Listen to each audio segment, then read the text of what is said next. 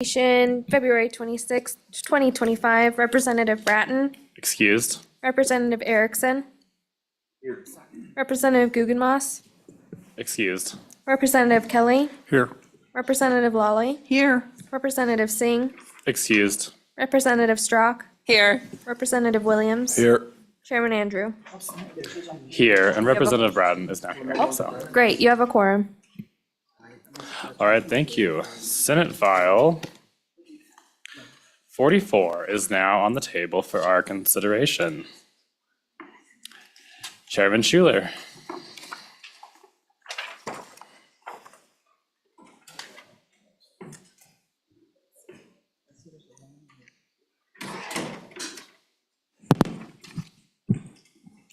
Thank you, Chairman Andrew. We've seen a lot of each other this year, but Yes. you've mostly been on my side. This is the first time I've been on your side, so I'm Welcome. excited for that. So I bring you Senate File 44, Fairness in Sports Intercollegiate Athletics. A couple years ago, we passed a bill that I sponsored to ban trans athletes from competing against biological females in grades through 7 through 12 in Wyoming. And when I first brought the bill the first year, I actually had originally included the college athletes. But I was asked by UW and some of the college administrators, hey, how about if we just sit tight for a while? I think the NCAA or the NJCAA will probably do something about those athletes. So I took it out. And as we know, they didn't do anything until, of course, the executive order came through. So, but not knowing that, I went ahead and drafted this bill to kind of take care of some of the issues that we may have in Wyoming. So this bill is just a standalone bill. It doesn't get in the weeds with the legislation that was passed a couple years ago. It just deals with the female collegiate athletes. And what I did is I looked at some of the other states that did something similar to us, that passed a bill previously for either their high school or middle school, and then came back and did a collegiate one. So I kind of modeled this after Texas. I liked their bill. It was simple, short, sweet, to the point. So it's very, very much modeled after that state, even though there's some other states that are very similar as well. So even though we knew that there were some issues this past year, with the situation with San Jose State and so on and so forth, I knew we needed it. And, we've had people say, well, do we still need it, even though there's an executive order out there?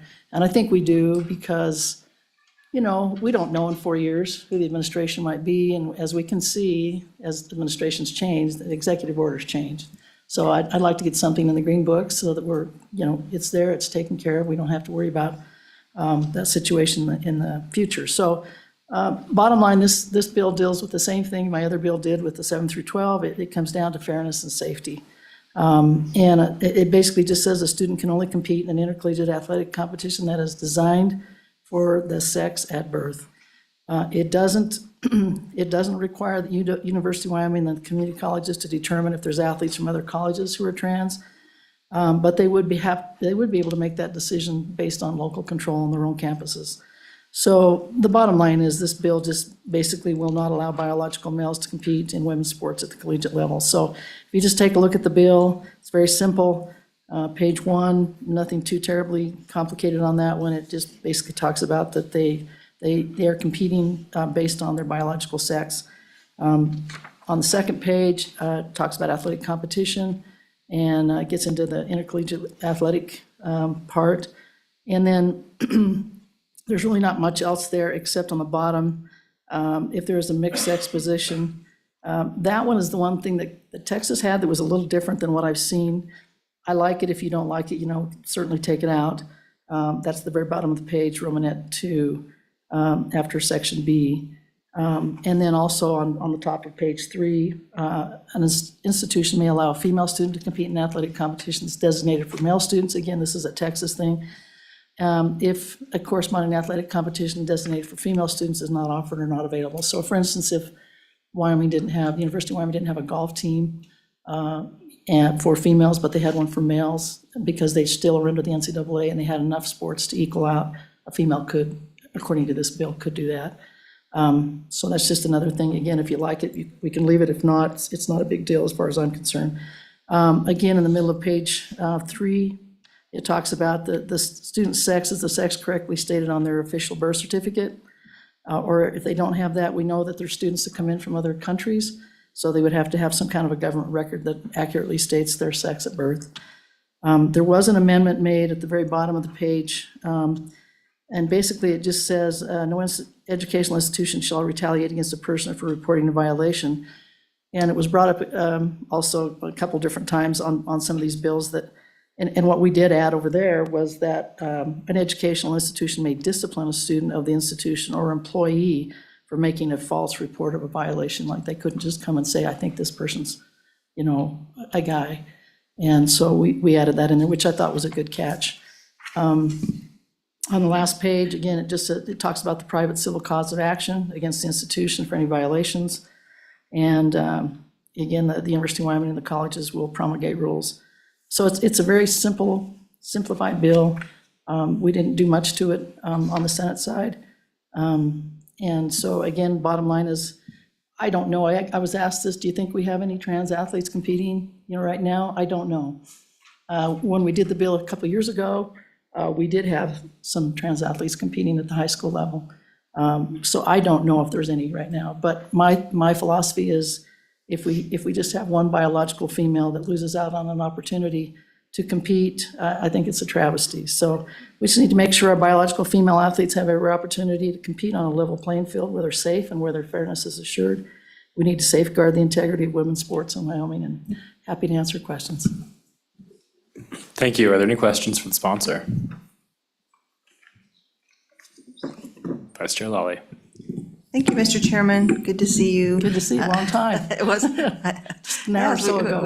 We just changed locations and Yeah, we did. and positions there, but no, it is good to see you. And again, I want to just acknowledge what great work you've done in this area as you started that ball rolling for what we now have, and how important I think it's been for Wyoming, and it's gone unchallenged, and it still is unchallenged. And so I just appreciate that, because I know you and I have such agreement on the issue and how important it is and how we speak into it.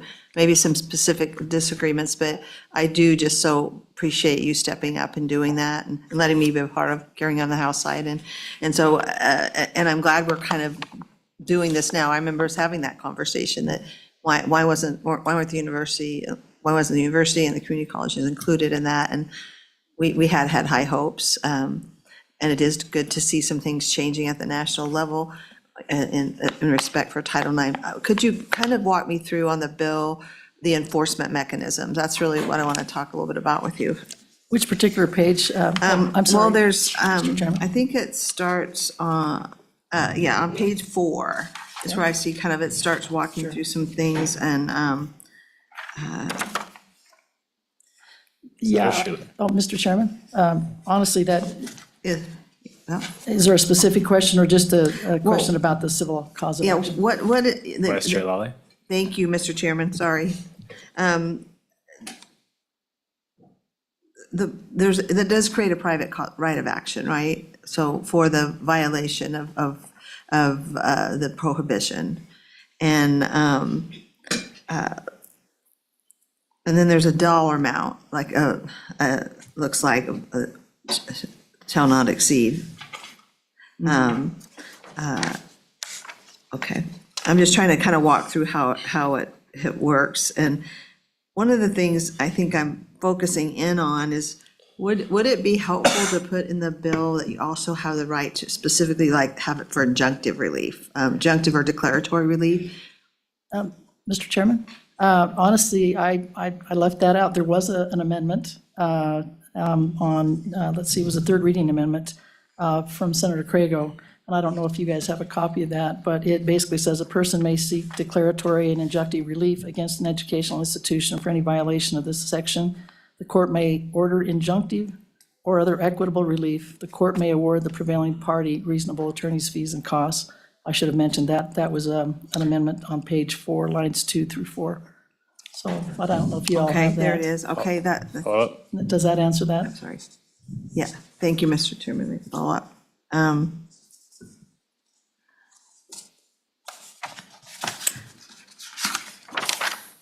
And while you're waiting, I would like to also thank you for all the work you've done. I appreciate it. Thank you. You've been great to work with.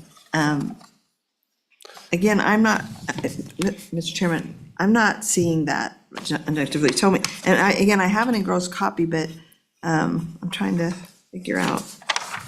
Did it pass? And so where's it on your copy? There may be something.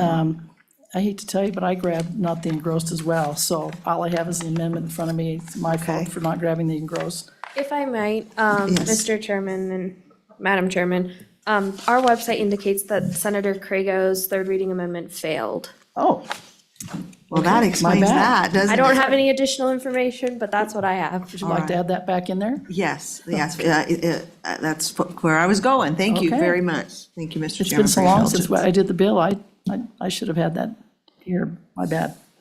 All right, any further questions? Representative Strzok. Thank you, Chairman. I guess the one thing that I would like to go back to is on page 3. And back when you talk about a student's sex is the sex correctly stated on a student's official birth certificate or described in paragraph. We can now, as far as what I've just even looked up, change our birth certificates. So this is kind of a worry to me in that section. Mr. Chairman, Representative Strzok, I understand where you're headed with it. And, I was comfortable just with the birth certificate, but again, if you have an amendment that works in there that would help you feel a little bit more or a little less concerned, I'm okay with the friendly amendment. Okay, thank you. Further questions? Seeing none, thank you. Thank you. The Department of Education, like to comment on the bill?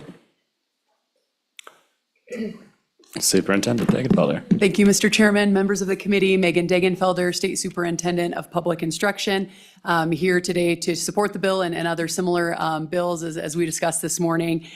You've heard me testify on this subject before, and so I will be brief.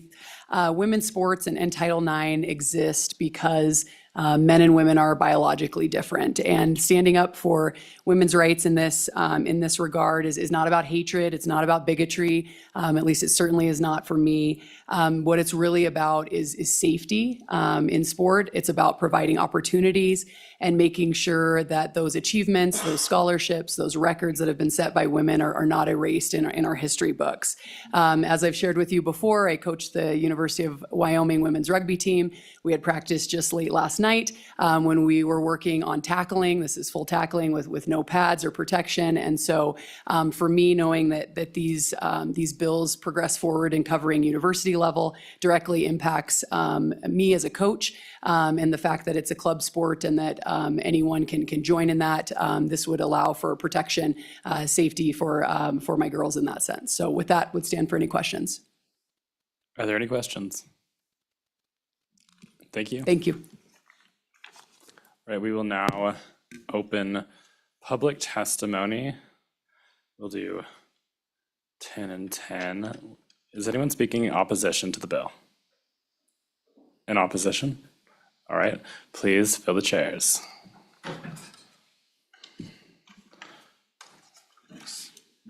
Good morning, Mr. Chair, Committee. Thank you. My name is Santi Morello. I'm the Communications Coordinator for Wyoming Equality, and we are in opposition to this bill.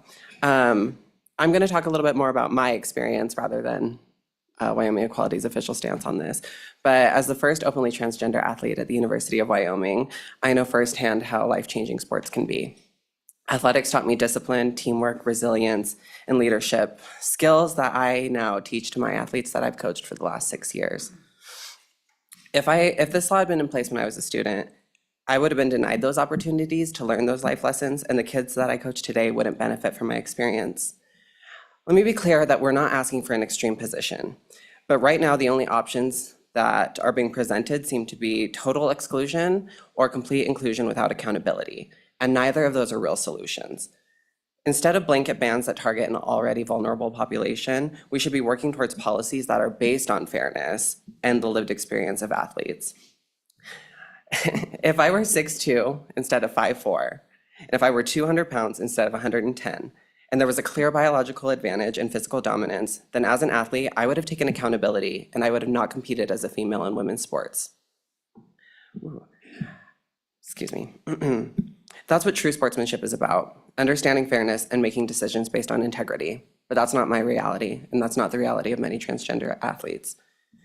Beyond the harm that this bill does to transgender athletes, it also fuels fear rather than fostering understanding.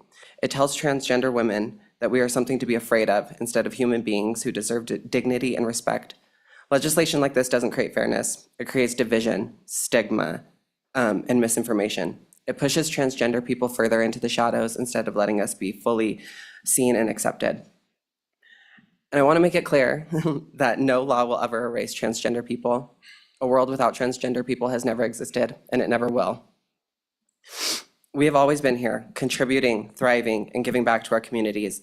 Like I mentioned, I've been coaching for the last 6 years in Wyoming, helping young athletes grow, not just in their skills, but in their confidence, in their sense of self, in their work ethic. Everything that you're supposed to teach athletes, especially a sense of belonging, not exclusion.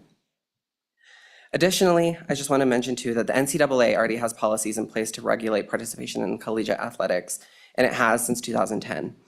It's a governing body that enforces its own eligibility rules, including those related to transgender athletes, ensuring fairness and competitive integrity. There's no need for government interference in an issue that the NCAA already manages.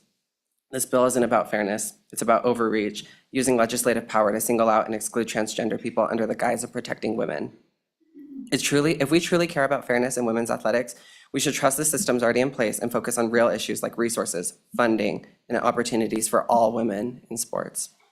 Sports should be about community, perseverance, and opportunity. This bill does not enhance fairness, it simply excludes.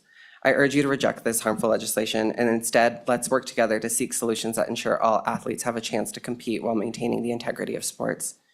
Thank you for your time, and I'm happy to answer any questions, and I highly, highly encourage them, probably, as I'm pretty sure I'm going to be the only trans person you're hearing from, and definitely the only trans athlete you're going to hear from today. So thank you.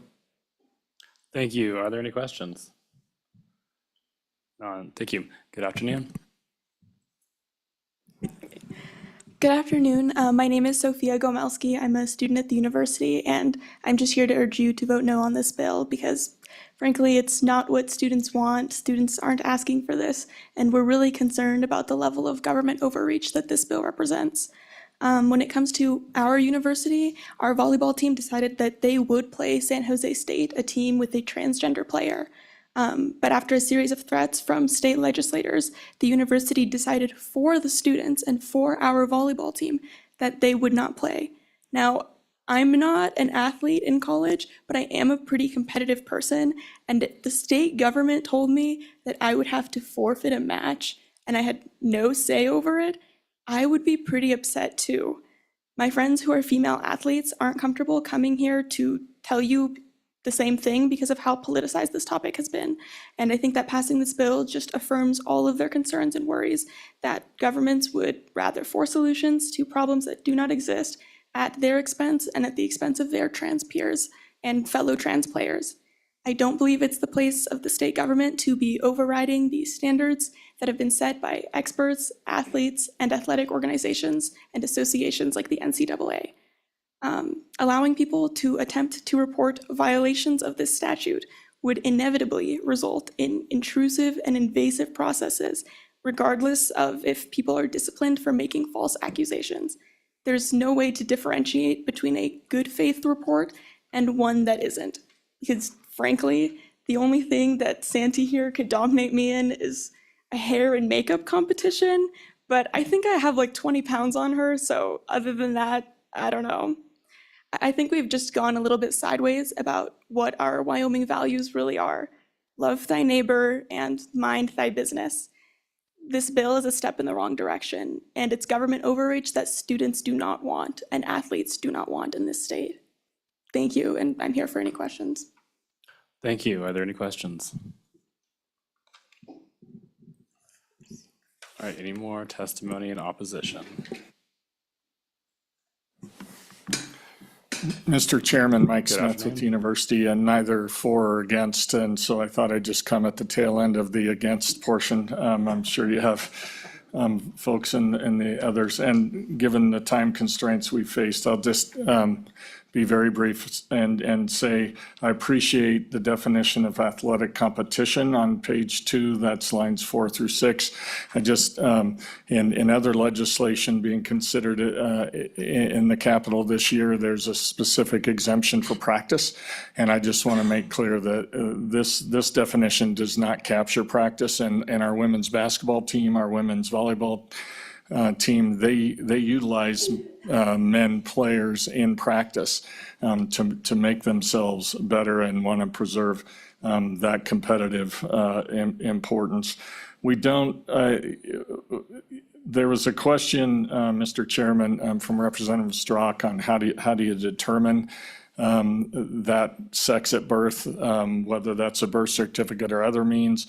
I don't know what the other means would be, and we'll do our best. Obviously, we will comply with anything the legislature determines. I just hope you'll think about kind of practical aspects of how we're going to do that as we're recruiting athletes to ensure that we don't get someone, offer them a scholarship and get them to campus and then somehow determine that, well, we weren't supposed to offer that person a scholarship under the law. So just practical considerations I'd ask you to consider. And with that, I'm happy to answer any questions that you may have. Vice Chair Lally. Thank you, Mr. Chairman. Good to see you again, too. First, I wanted to ask you about the provision about practices. Are you suggesting that maybe we amend that into here? Would that be helpful to you? Is that what you're asking for? Or just leave it out? Mr. Chairman, Representative Lawley, as I read the definition, I think it allows us to continue to utilize those practice players. If somebody thinks otherwise, that'd be great. But I think it talks about an athletic display between teams. The practice is within teams. Within a team, I would think. So I think it's fine, but would welcome either way. We have no position, I guess. Please go ahead.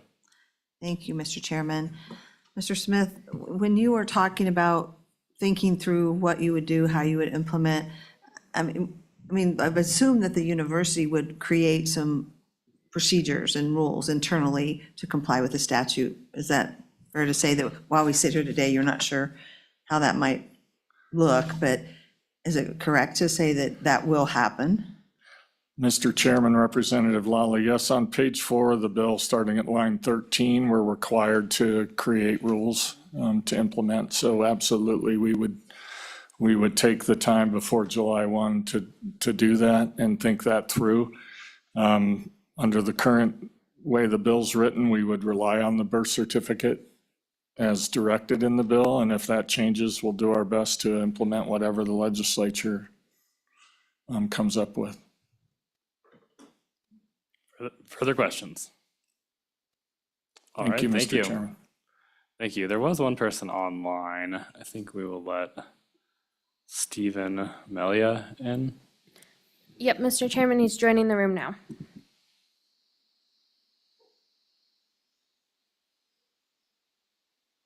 All right, thank you. I do think we have time for about a 2-minute comment, please. Yes, good afternoon, Mr. Chairman and committee members. I am Steve Melia from Cheyenne.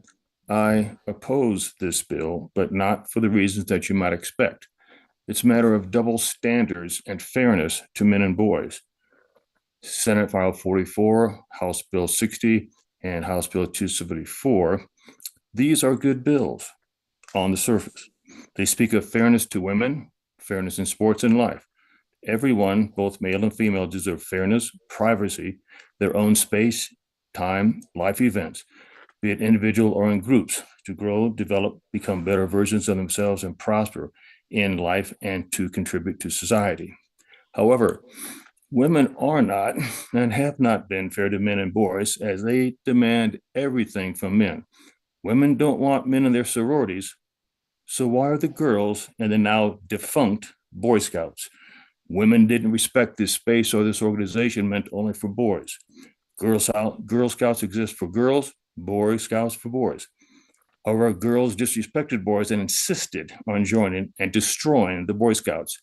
Girl Scouts still exist, but Boy Scouts do not. Scouting America is the new co-ed name. Likewise, the all-male military academy of the Citadel is now co-ed because girls wanted into the academy. Again, girls disrespected men, forcing their way into the Citadel. Women and girls say that whatever men and boys can do, women and girls can do better, except in sports. Women and girls say that men and boys are bigger, faster, stronger, and we are, including in sports and military combat roles. But women still want in those male roles. Again, a double standard regarding safety in sports for girls. What about safety for men in combat when women may not be able to save men due to lack of physical and or emotional strength? Any pushback from men is labeled misogynistic, male chauvinism, toxic masculinity, or the dreaded patriarchy. When women push back against men, it's deemed fairness. If a man wants to join a Catholic order of nuns, would he be allowed? No. Women have been clamoring for years, decades, to be priests, and in some denominations, they are women priests, bishops, etc. Why the hypocrisy? Women and girls don't want boys and men on their sports teams, but there are multiple examples where women insisted on joining men's sports teams and succeeded. And I have links here that I could send you later on. So again, why the double standard and the hypocrisy? Regarding abortion, women want men for sex and pregnancy, but say men have no voice in the abortion decision or in the child support. Pardon? If you could take a few minutes to wrap up your comments, we'd appreciate it. We're out of time. Thank you. Yes. However, when men, the transgenders, want to join a women's sports team, it's unfair. I disagree with 100% with transgenderism for various reasons. It's necessary for good growth and development of girls into women, that they have their own teams, sports, sororities, etc. The same is true for boys. The main point is that women have double standards in regards to men and boys and many others, including women who agree with these statements and this double standard, that it should be eliminated. Eliminate this double standard, then I would support this bill. Thank you. Are there any questions? Seeing none, thank you. All right, we will move on to public testimony in support of the bill. Please fill the chairs.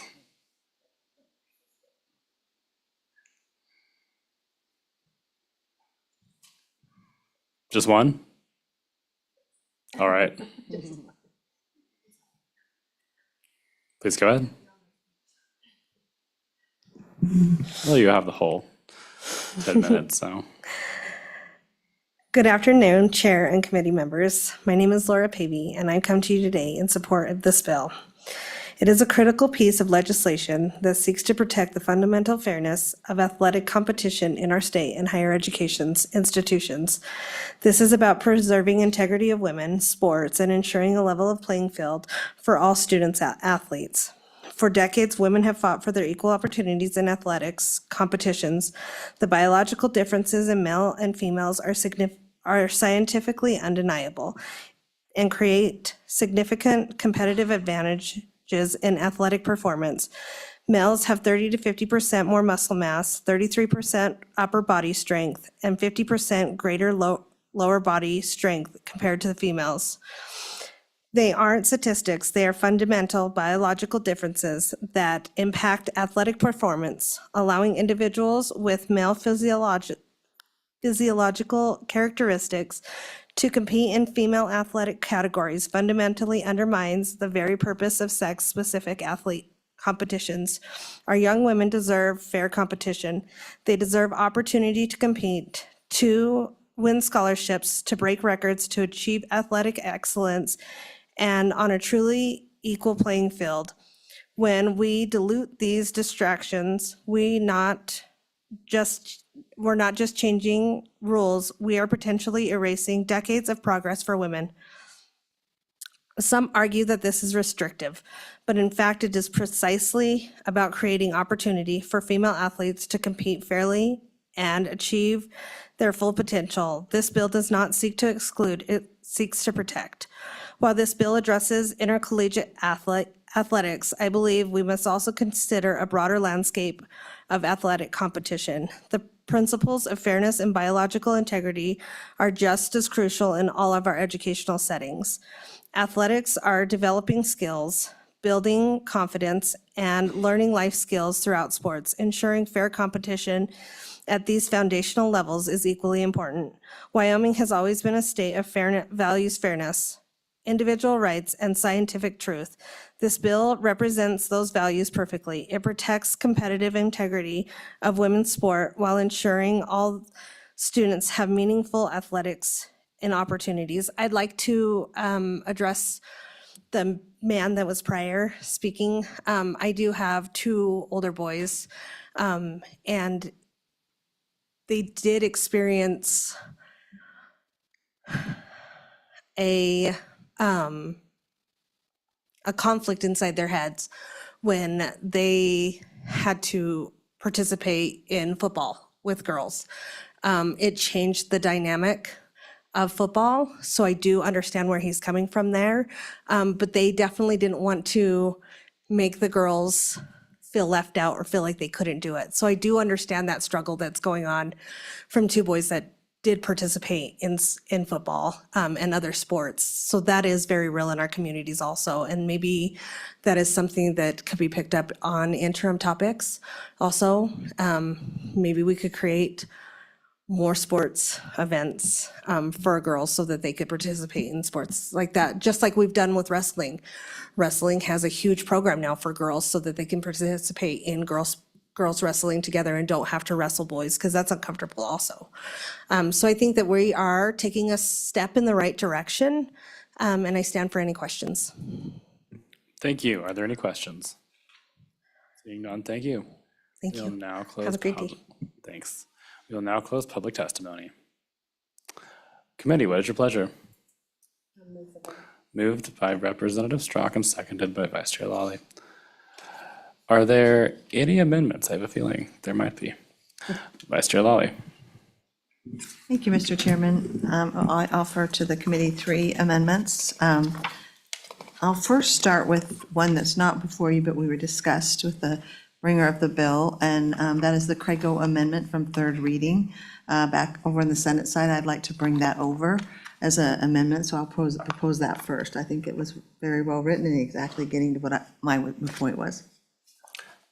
So Can you remind us the effect of that amendment? that amendment basically ensured that there would be a right of anyone who is affected by the lack of enforcement of the policy to also sue for injunctive and declaratory relief. So that, again, we've talked in our own chamber about that before, but that, that means they can sue to basically stop the behavior if it's not being followed, they can stop it, or they can get a declaration concerning other issues. So it's kind of emergency relief, if you will. And honestly, sometimes that's more important than money, is to have the ability to act swiftly and get a court to look at the situation and declare what is the facts, what is the law, and settle whatever the party's disagreement is. So, and it actually also included some attorney's fees. I'll have her read it, but it included the ability for an aggrieved party to collect attorney's fees, I believe. So Ashley can read it for us, but want to read it? Yep, absolutely, I can read that amendment for you. So it'd be on page 4, and it would actually end up being on line 4 of the engrossed copy, adding a, sorry, just trying to figure out where it would go now. I don't know if it actually goes page, in line 4 now, because it would be in addition to subsection F. A person may seek declaratory and injunctive relief against an educational institution for any violation of this section. The court may award injunctive or other equitable relief. The court may award the prevailing party reasonable attorney's fees and costs. So that's my amendment. Sorry. All right, any discussion on the amendment? Is there a second on? We did. I'll second. Seconded by Representative Strzok. Do we have discussion on the Representative Erickson. Yes, thank you. Thank you, Mr. Chairman. I would like to just discuss if people knew what the debate was in the Senate on that amendment, that I had understood that had passed, but I know it hasn't now. I'm not, I just wonder what was the dialogue around that? We could, I didn't listen to that part. Would Sure, yeah. Senator Chairman Schuler might be able to help us out with that. Thank you, Mr. Chairman. Obviously, I forgot that the amendment failed. So the only thing I remember is there was a lot of discussion we have too many lawyers in the Senate. I'll just say that up front. So they're always looking and nitpicking every bill, trying to say, well, this could cause this could cause that. And so there was some discussion amongst the four lawyers, I guess we have over there. So that's all I remember, is that there was some nervousness by them. I don't know if that helps muddy the waters or if that clears it up for you. All right, thank you. Further discussion? Seeing none, we're voting on the amendment. All those in favor say aye. Aye. All those opposed, no. The amendment is adopted. Vice Chair Lally. Thank you. I propose another amendment. It is before you, and let me find one where I made a few. On here. So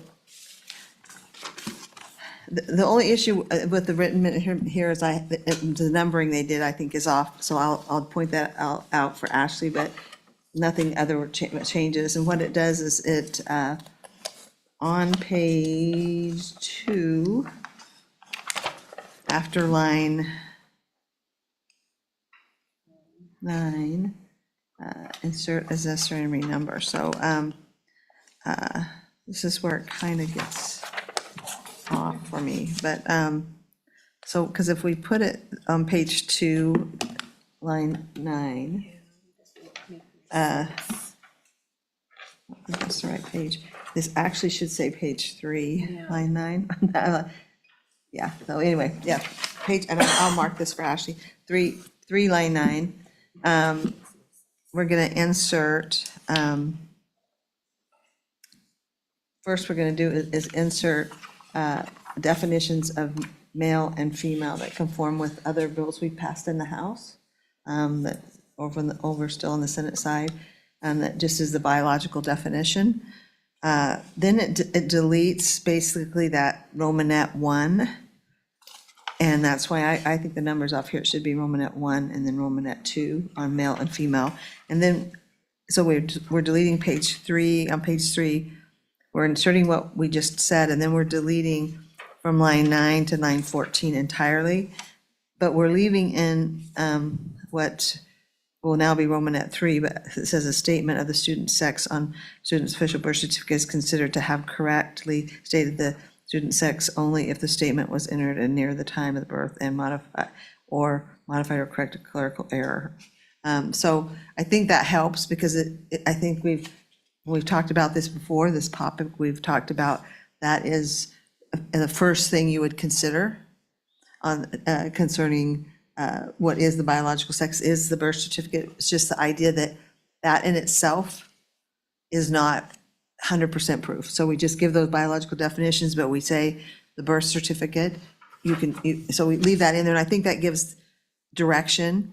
And as far as what you look at first, how do you start the process if there is a question that comes up about someone's gender. So anyway, that will be the amendment, and again, you have it here as Amendment 1, and I will show Ashley the changes that they're made on the page number and the order of the Romanet. So that's my motion. Is there a second on the amendment?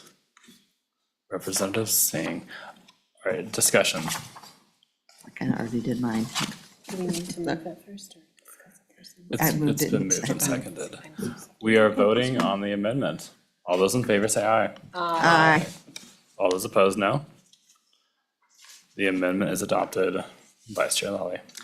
Thank you, Mr. Chairman. I have one more amendment, and I'm, just for you that have the copy written, I'm amending the amended a little bit here, and I'll do that first so that we have clarity. I am on the amendment you have, line 5, and then a little bit on line 6, I'm going to just delete a phrase and insert a word. So I'm going to, after the word "or," I delete on the amendment, the rest of the balance of that line. And then on line 6 of certainty, and we're going to insert the word "reasonably."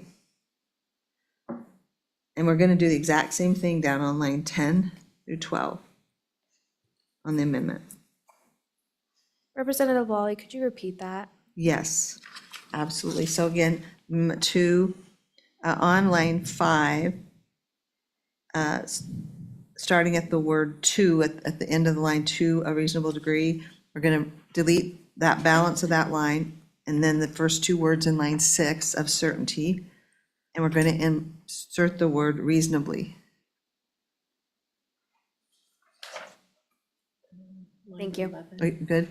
And then the line 11, do the same thing. Because it's this exact same phrase. And, Mr. Chairman, that's the amendment. It's been moved. Do we have a second? A second. Representative Erickson. Any discussion on the amendment? We are voting on the amendment. All those in favor say aye. Aye. All those opposed, no. The amendment is adopted. Further amendments? Discussion on the bill? Seeing none, please call the roll. Mr. Chairman, on Senate File 44, Fairness in Sports Intercollegiate Athletics do pass as amended. Representative Bratton? Aye. Representative Erickson? Aye. Representative Guggenmoss? Aye. Representative Kelly? Aye. Representative Lawley? Aye. Representative Singh? Aye. Representative Strock? Aye. Representative Williams is left an absentee vote of aye. Chairman Andrew? Aye. That is 9 ayes. The bill has passed the committee. We are now adjourned.